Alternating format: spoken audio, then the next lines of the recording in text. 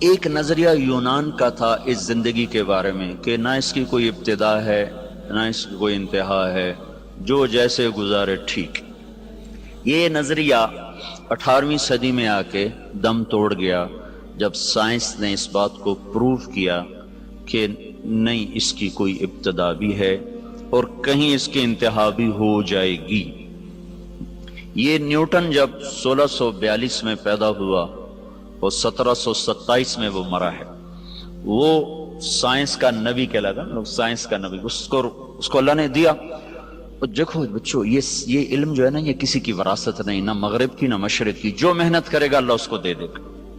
میں نے اس کے بارے میں پڑھا، وہ گھنٹوں ایسے لیٹا رہتا تھا، کئی گھنٹے ایسے لیٹا رہتا تھا، کئی گھنٹے، تو 5 منٹ نہیں ایسے لیٹ سکتے، کروڑ بدلتے ہیں۔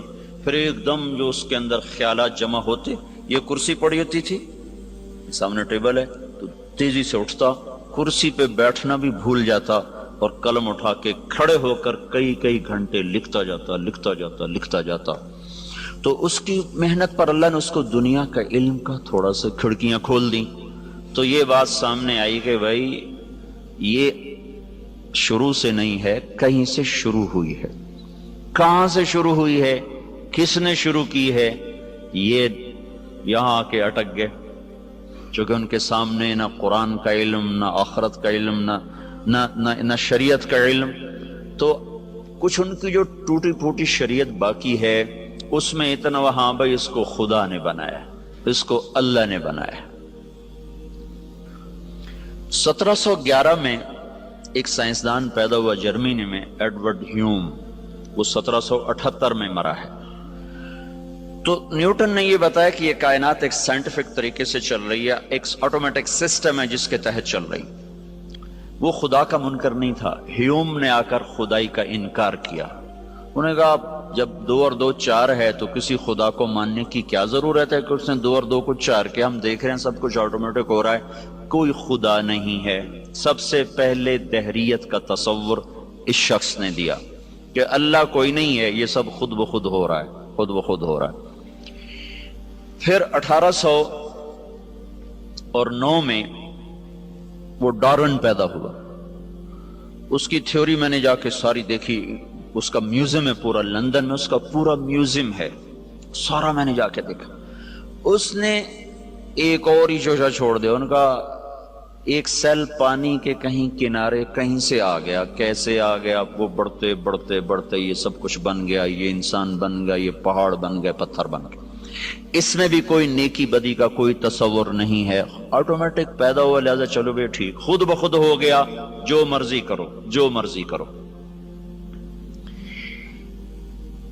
ایک تصور اسلام نے دیا، اور بھی بہت سے نظریات ہیں، میں نے صرف مثال کے طور پر آپ کو بتا دیا۔ ایک تصور اسلام نے دیا، اور بڑے خوبصورت انداز میں اللہ نے پہلے ہم سے سوال کیا، بولو بھائی، ام خلقوا من غیر الشیء، تم خود بخود پیدا ہو گئے ہو، اپنے آپ بن گئے ہو؟ یہ ڈارون تھیوری، ایک سیل اپنے آپ بن گیا، اور یہ ان پڑھ سائنسدانوں کی تھیوری کہ یہ ایک دم وہ سیل مختلف شکلیں بدلتا ہو، اپنے آپ ہی ایسے سب کچھ ہوتا چلا گیا۔ تو اللہ اس کو سوالیہ انداز میں 1400 سال پہلے کہہ رہا ہے کہ 1400 برس کے بعد ایسے پاگل لوگ آئیں گے، تو اللہ کہتا ہے ام خلقوا من غیر الشیء، بولو بھائی تم خود بخود بنے ہو؟ تو اس کا جواب تو آج کی سائنس نے دے دیا کہ نہیں، خود بخود تو نہیں بنے۔ پھر اللہ دوسرا سوال کرتا ہے، ام ہم الخالقون، کیا تم اپنے خالق خود ہو؟ اب تو نے اپنے آپ کو خود بنایا ہے۔ اس کا جواب بھی نفی میں ہے، ہم نے اپنے آپ کو خود کہاں بنایا؟ ہمیں تو 4 سال کی عمر میں پتہ چلا کہ ہمارا کوئی وجود ہے۔ تو اللہ تیسرا سوال کرتا ہے، ام خلق السماوات والارض، یہ زمین آسمان تم نے بنایا ہے؟ دیکھتے نہیں کیسے ترتیب سے ہے۔ ایک تھیوری ہے نا، آپ ہی بن گیا، خود بخود بن گیا۔ اس نظریے کو بھی سائنس نے آ کر 1948 میں غلط ثابت کیا۔ 1929 میں کیلیفورنیا میں ایک سائنسدان تھا، وہ دیکھ رہا تھا، تو اس نے پہلی دفعہ دیکھا کہ ایک بڑے منظم ردم کے ساتھ یہ ساری کائنات ایسے پھیل رہی ہے، اور ان میں بڑا ایک ربط ہے، بہت طاقتور ربط ہے، وہ فاصلوں کا تناسب ہے۔ پھر اس پر انہوں نے مزید تحقیق کرتے کرتے کرتے 1948 میں وہ اس نتیجے پر پہنچے کہ یہ کائنات زیرو سے بنی ہے، ایک دھماکے سے بنی ہے، دھماکے سے۔ میں ساہیوال میں تھا، ایک بچہ آیا میرے پاس FSC کا، پھر اس کے کان پر کا ہیڈ فون سا تھا، کہا جی یہ انٹرنیٹ سے جڑا ہوا ہے، اس وقت 700 لڑکے آپ کی بات سنیں گے جو آپ مجھ سے کریں گے۔ ایک یہودی ہم سے تل ابیب سے سوال کر رہا ہے کہ بگ بینگ کے بارے میں تمہارے قرآن میں کوئی بات ہے کہ یہ کائنات ایک دھماکے سے وجود میں آئی؟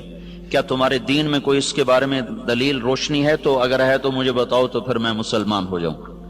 میں نے کہا پہلی بات یہ بچے کہ ہمارا قرآن سائنس کی تصدیق کرنے نہیں آیا اور سائنس کو جھٹلانے نہیں آیا، ہمارا قرآن ہدایت کے لیے آیا ہے، زندگی گزارنے کا طریقہ بتاتا ہے۔ کہیں کہیں وہ دنیا کی چیزوں کو ٹچ کرتا ہے، جہاں وہ ٹچ کرتا ہے وہ ایسا صحیح ٹچ کرتا ہے کہ پھر اسے کوئی چیلنج نہیں کر سکتا۔ تو اشارہ ہم قیاس کر سکتے ہیں کہ اس سے اشارہ ہوتا ہے کہ اللہ تعالیٰ کہتے ہیں حی افلا یؤمنون، یہ جو میرے منکر ہیں ان کو پتہ نہیں ہے کہ زمین آسمان ایک ملا ہوا مادہ تھا، ایک ملا ہوا رتق ہوتا ہے چیز اس طرح آپس میں مل جائے کہ پھر اسے جدا نہ کیا جا سکے، جیسے گوشت الگ ہے، سبزی الگ ہے، نمک الگ ہے، مرچ الگ ہے، جب ہم اس کو سالن بناتے ہیں تو ہر چیز مکس ہو کر اب نمک مرچ ہلدی اس میں سے نہیں نکل سکتی، اس کو عربی میں کہتے ہیں رتق، کانتا رتقن، یہ سب کچھ ملا ہوا تھا، اور فتق اس کو الگ الگ کر دیں، ففتقناہما، پھر ہم نے اس کو پھاڑا اور اس کو دھماکے کے ساتھ ہم نے اس کو پھیلانا شروع کیا۔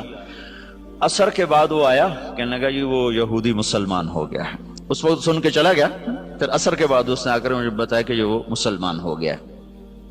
تو ہمارے پاس یہ نظریہ نہیں ہے کہ آپ ہی بن گئے، ہمارے پاس یہ نظریہ کہ اس کو اللہ نے بنایا ہے اور ایک نظام کے ساتھ۔